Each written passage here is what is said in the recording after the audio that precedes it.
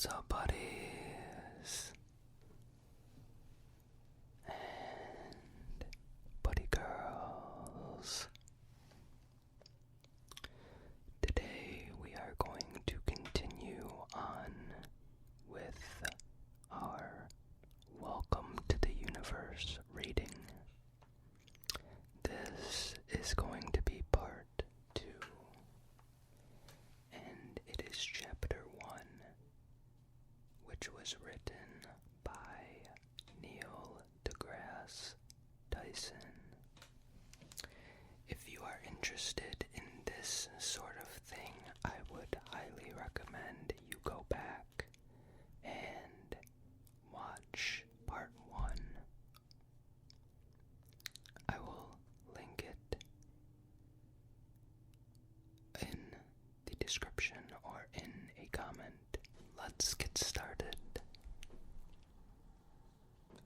In our profession, we tend to name things exactly as we see them. Big red stars we call red giants. Small white stars we call white dwarfs. When stars are made of neutrons, we call them neutron stars.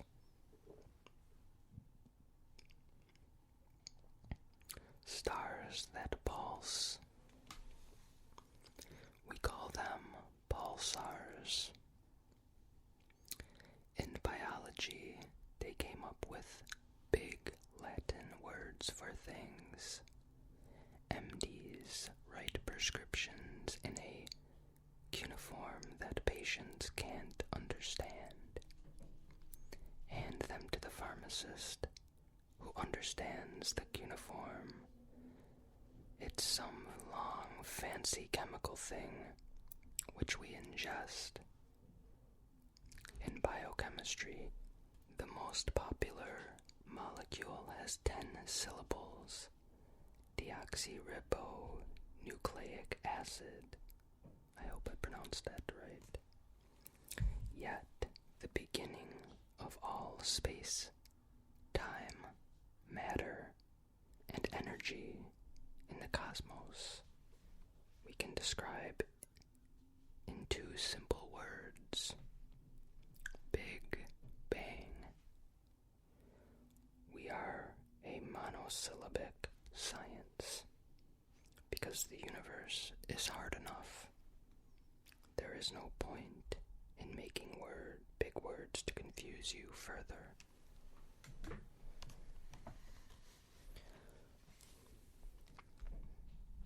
Want more? In the universe, there are places where the gravity is so strong that light doesn't come out. You fall in, and you don't come out either. Black hole. Once again, with single syllables, we get the whole job done. Sorry, but I had to get all of that off my chest. How dense is a neutron star? Let's take a thimbleful of neutron star material. Long ago, people would sew everything by hand. A thimble protects your fingertip from getting impaled by the needle. To get the density of a neutron star, assemble a herd of 100 million elephants and cram them into this thimble. In other words, if you put 100 million elephants on one side of a seesaw and one thimble of neutron star material on the other side, they would balance. That's some dense stuff. A neutron star's gravity is also very high. How high? to its surface and find out. One way to measure how much gravity you have is to ask how much energy does it take to lift something. If the gravity is strong, you'll need more energy to do it. I exert a certain amount of energy climbing up a flight of stairs, which sits well within the bounds of my energetic reserves. But imagine a cliff face 20,000 kilometers tall on a hypothetical giant planet with Earth-like gravity. Measure the amount of energy you exert climbing from the bottom to the top, fighting against the gravitational acceleration we experience on Earth. For the whole climb, that's a lot of energy. That's more energy than you've stored within you at the bottom of that cliff. You will need to eat energy bars or some other high-calorie, easily digested food on the way up. Okay, climbing at a rapid rate of 100 meters per hour, you would spend more than 22 years climbing 24 hours a day to get to the top. That's how much energy you would need to step onto a single sheet of paper laid on the surface of a neutron star.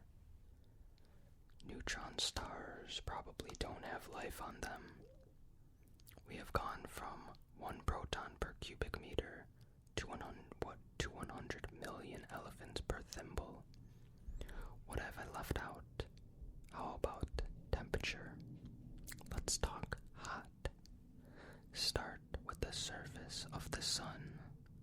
About 6,000 kelvins. 6,000 kelvins, that will vaporize anything you give it. That's why the sun is gas, because that temperature vaporizes everything.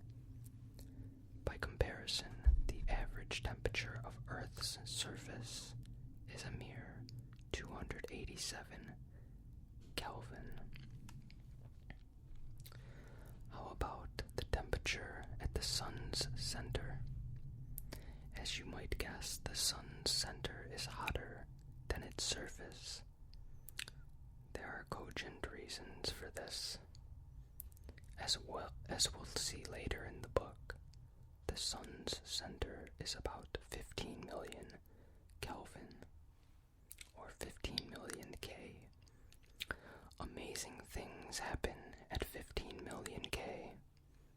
The protons are moving fast, really fast. In fact, 2 protons normally repel each other because they have the same positive charge.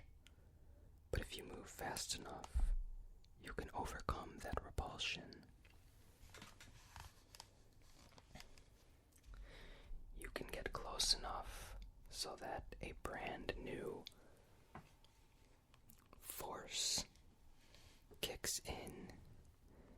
Not the repulsive electrostatic force, but an attractive force that manifests over a very short range.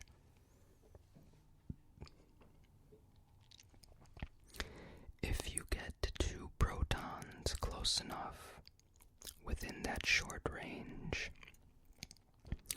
they will stick together. This force has a name. We call it the strong force. Yes, that's the official name for it. This strong nuclear force can bind protons together and make new elements out of them, such as the next element after hydrogen on the periodic table, helium. Stars are in the business of making elements heavier than those things they are born with. And this process happens deep in the core. We'll learn more about that in Chapter 7. Let's go cool. What is the temperature of the whole universe? It does indeed have a temperature, left over from the Big Bang. Back then, 13.8 billion years ago. All the space, time, matter, and energy you can see out to 13.8 billion light years was crushed together.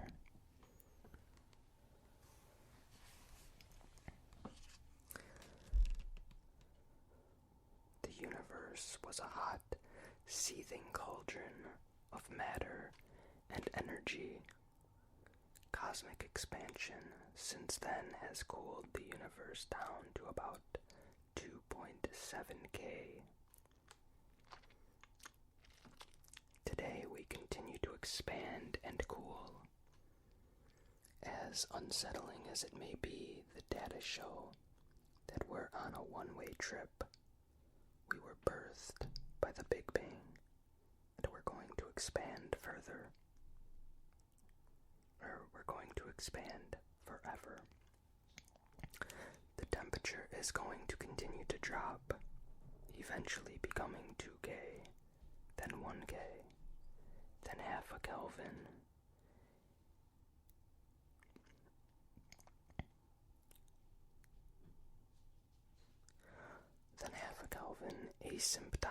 asymptotically approaching absolute zero. Ultimately, its temperature may bottom out at about 7 times 10 to the negative 31st K because of an effect discovered by Stephen Hawking that Rich will discuss in Chapter 24. But that fact brings no comfort.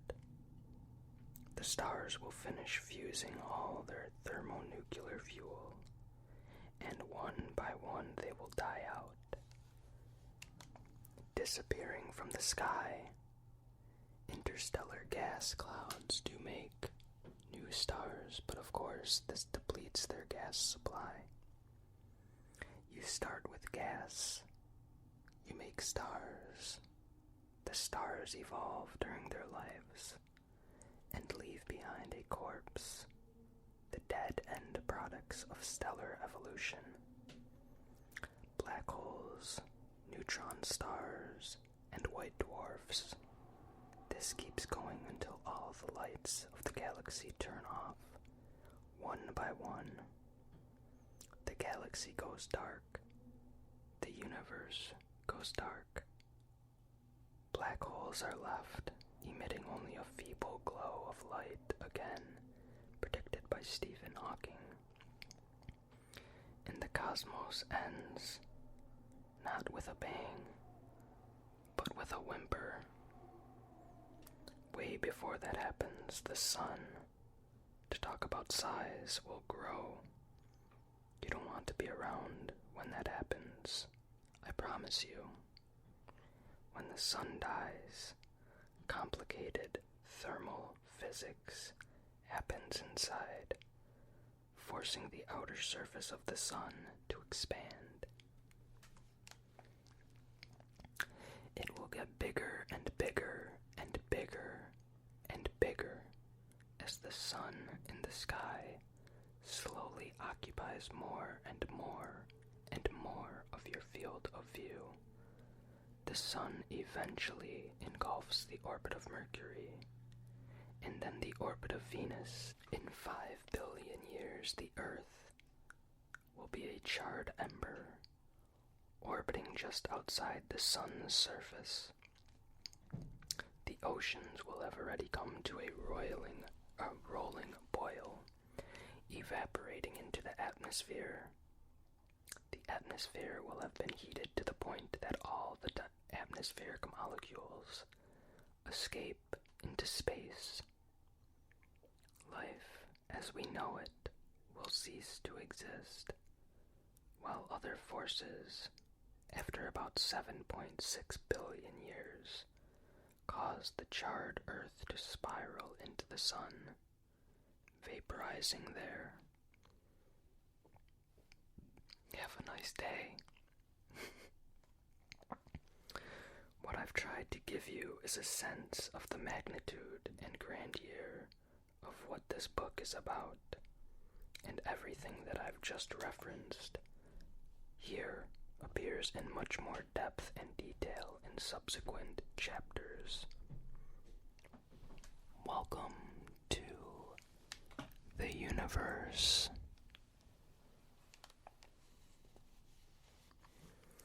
And that is the end of chapter 1. I will also be doing chapter 2, so please look out for that one. I'm not sure when I'll do that yet, but maybe next week if this one goes well and people enjoy it.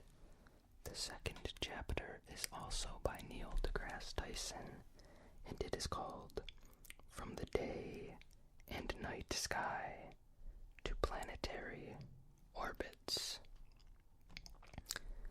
If you enjoy learning about the universe and those types of things, you will probably enjoy this book. So, come back and watch this.